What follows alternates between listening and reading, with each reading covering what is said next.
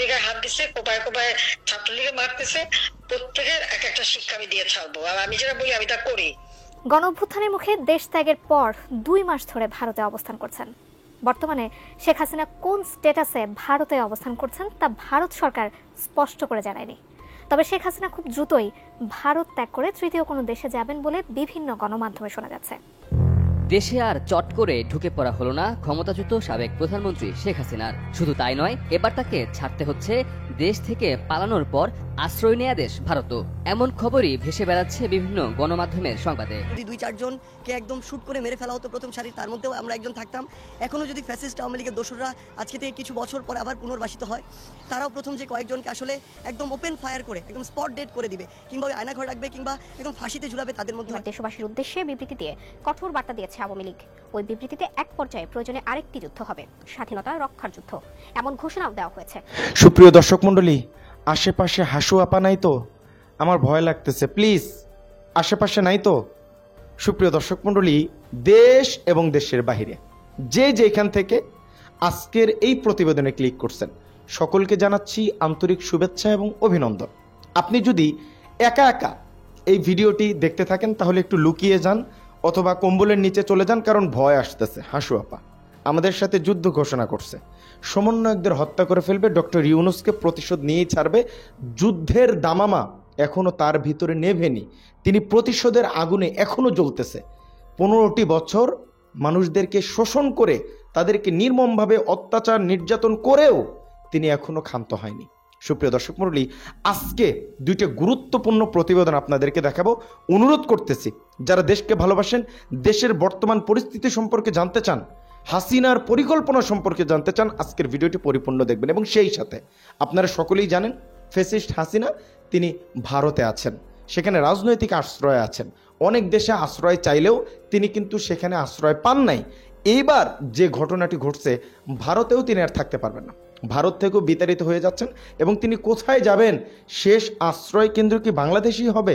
এই জন্যই তো বলে পুট করে বাংলাদেশে ঢুকে যাব, সেই পুট করেও আর ঢোকা হবে না। চলেন আজকের 2টা গুরুত্বপূর্ণ প্রতিবেদন আপনাদেরকে দেখাবো। তার আগে অনুরোধ একটাই, যে সকল ভাই এবং বোনেরা এই ভিডিওতে ক্লিক করছেন, আমাদের এই চ্যানেলে নতুন আসছেন, দয়া করে চ্যানেলটা একটু সাবস্ক্রাইব করে দেন। সাবস্ক্রাইব করলে তো ক্ষতি হবে না, কিন্তু আমরা উৎসাহ পাবো পরবর্তী ভিডিও বানানোর জন্য। চলেন প্রথমে আমরা শেখ হাসিনা ভারতে ঠাঁই না পেয়ে কোথায় ঠাঁই পাচ্ছে এই ভিডিওটি দেখবে, এবং তারপরেই তিনি যে বাংলাদেশের সাথে যুদ্ধ ঘোষণা করছে সেই প্রতিবেদনটি এই প্রতিবেদনের পরে দেখব। চলেন একাধারে দেখতে থাকি। গণঅভ্যুত্থানের মুখে দেশ ত্যাগের পর 2 মাস ধরে ভারতে অবস্থান করছেন। বর্তমানে শেখ হাসিনা কোন স্ট্যাটাসে ভারতে অবস্থান করছেন তা ভারত সরকার স্পষ্ট করে জানায়নি। তবে শেখ হাসিনা খুব দ্রুতই ভারত ত্যাগ করে তৃতীয় কোনো দেশে যাবেন বলে বিভিন্ন গণমাধ্যমে শোনা যাচ্ছে। আরও জানাচ্ছেন ইমতিয়াজ আলম। প্রবল গণ আন্দোলনের মুখে দেশ ছেড়ে পালিয়ে যাওয়া সাবেক প্রধানমন্ত্রী শেখ হাসিনার পরবর্তী গন্তব্য কোথায়? চায়ের আড্ডা থেকে রাজনৈতিক মহল আর সামাজিক যোগাযোগ মাধ্যমে এ নিয়ে কৌতূহলের শেষ নেই। নানা গুঞ্জন তো আছেই। ভারত সরকারের সাথে মার্কিন যুক্তরাষ্ট্র সরকারের আলাপচারিতায়ও উঠে এসেছে বাংলাদেশ প্রসঙ্গ। সর্বশেষ খবরে জানা যায়, যুক্তরাষ্ট্র ভারতের কাছে জানতে চেয়েছে শেখ হাসিনা কিভাবে কোন ব্যবস্থায় দিল্লিতে অবস্থান করছেন। জবাবে ভারত নাকি বলেছে খুব স্বল্প সময়ের মধ্যেই মধ্যপ্রাচ্যের কোনো একটি দেশে চলে যাবেন তিনি। এই খবর ঢাকার সরকারি মহল কেও জানানো হয়েছে। নির্ভরযোগ্য একাধিক সূত্রের ভিত্তিতে দৈনিক মানবজমিন এই তথ্য নিশ্চিত করে প্রতিবেদন প্রকাশ করেছে।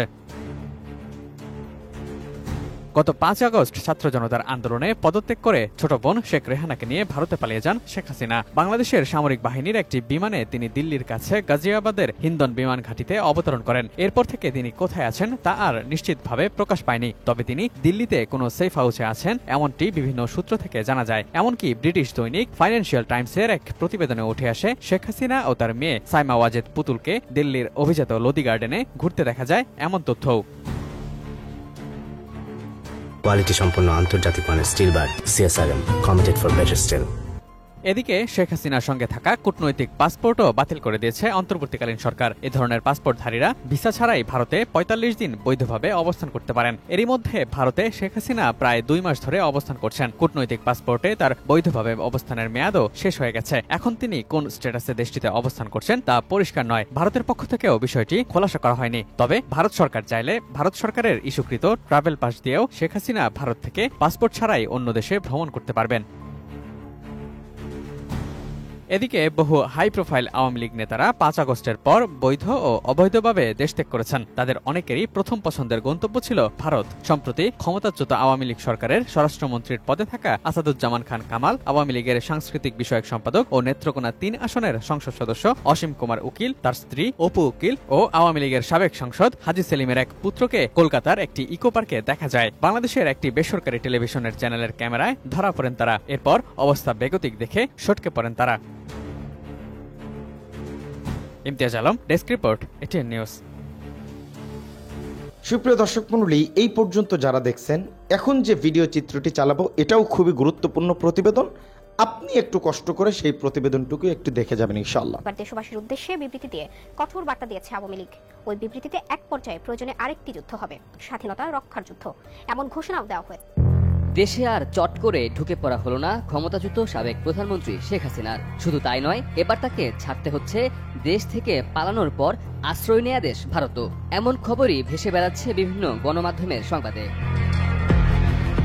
দেশ ছেড়ে ভারতে পালিয়ে যাওয়া সাবেক প্রধানমন্ত্রী শেখ হাসিনার পরবর্তী গন্তব্য কোথায়, এই নিয়ে রয়েছে নানা গুঞ্জন। সর্বশেষ খবরে জানা যায়, যুক্তরাষ্ট্র ভারতের কাছে জানতে চেয়েছে শেখ হাসিনা কিভাবে কোন ব্যবস্থায় দিল্লিতে অবস্থান করছেন। জবাবে ভারত নাকি বলেছে খুব স্বল্প সময়ের মধ্যেই মধ্যপ্রাচ্যের কোনো একটি দেশে তিনি চলে যাবেন। এই খবর ঢাকার সরকারি মহলকেও জানানো হয়েছে। নির্ভরযোগ্য একাধিক সূত্র গণমাধ্যমকে এ তথ্য নিশ্চিত করেছে।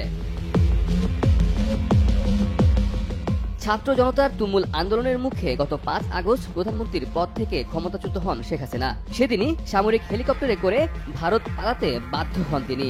এরপর থেকে ভারতেই অবস্থান করছেন সাবেক এই প্রধানমন্ত্রী। শেখ হাসিনার সঙ্গে থাকা কূটনৈতিক পাসপোর্টও বাতিল করে দিয়েছে সরকার। এ ধরনের পাসপোর্টধারীরা ভিসা ছাড়া ভারতে 45 দিন বৈধভাবে থাকতে পারেন। ইতিমধ্যে ভারতে শেখ হাসিনা প্রায় 2 মাস ধরে অবস্থান করছেন। সুপ্রিয় দর্শক মণ্ডলী, ভিডিও চিত্রগুলো দেখছেন। হাসু আপা আমাদেরকে বারবারই ভয় দেখায়, ডর দেখায়। তিনি প্রতিশোধের আগুনে এখনো পুড়তেছে। নেতাকর্মীদের সাথে তার কথা বলার ঢং দেখলে মনে হয় তিনি এখনো এদেশের প্রেসিডেন্ট। তার কথাবার্তায় কিন্তু হেরফের নাই, নরম সুর নাই। তিনি এখনো গরম আছেন। নেতা হলে হাসিনার মতো হওয়া দরকার। নিচে চাম নাই, কিন্তু অ্যাকশন, কথার ধাঁচ কিন্তু তার আগের মতোই আছে। ঠিক আছে না? তিনি এখনো নরম হয়নি। এটা একজন নেতা হিসেবে এই গুণ তো থাকাই দরকার, তাই না?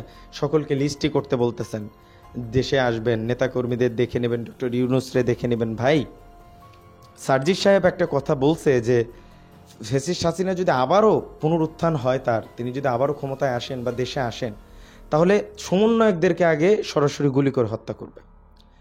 এবং একটা প্রতিবেদন দেখলাম, আপনাদেরকে একটু জানাই। শেখ হাসিনার পুত্র জয়, তিনি বলছেন যে আমার বাবা মার এই কোটা আন্দোলনকে কেন্দ্র করে কিছু সিদ্ধান্ত নেওয়া ভুল ছিল। তো এই ভুলের কারণেই ভুলের মাসুল তো দিতেই হবে। মানুষকে এই পরিমাণ নির্যাতন নিপীড়ন করার পর ভুলের মাসুল দিতে হবে না? এত সোজা। আর এই যে যত কিছু আপনি ফালাফালি করতেছেন ভারত থেকে, এগুলো করে লাভ নাই, হবে না। বাংলাদেশে আপাতত 10-15 বছরের ভিতরে তো প্রশ্নই ওঠে না। তারপরে জনগণ চাইলে আপনাদের চাইতে পারে, যদি আপনারা তওবা তিল্লা করে ভালোভাবে ক্ষমতায় আসেন। কিন্তু বিশ্বাস নাই, বিশ্বাস আওয়ামী লীগের উপর থেকে মানুষের উঠে গেছে, এটা আমি মনে করি। তো আজকের ভিডিও পর্যন্তই। সকলে ভালো থাকবেন, সুস্থ থাকবেন। আসসালামু আলাইকুম রহমতুল্লাহ বারাকাতুহু।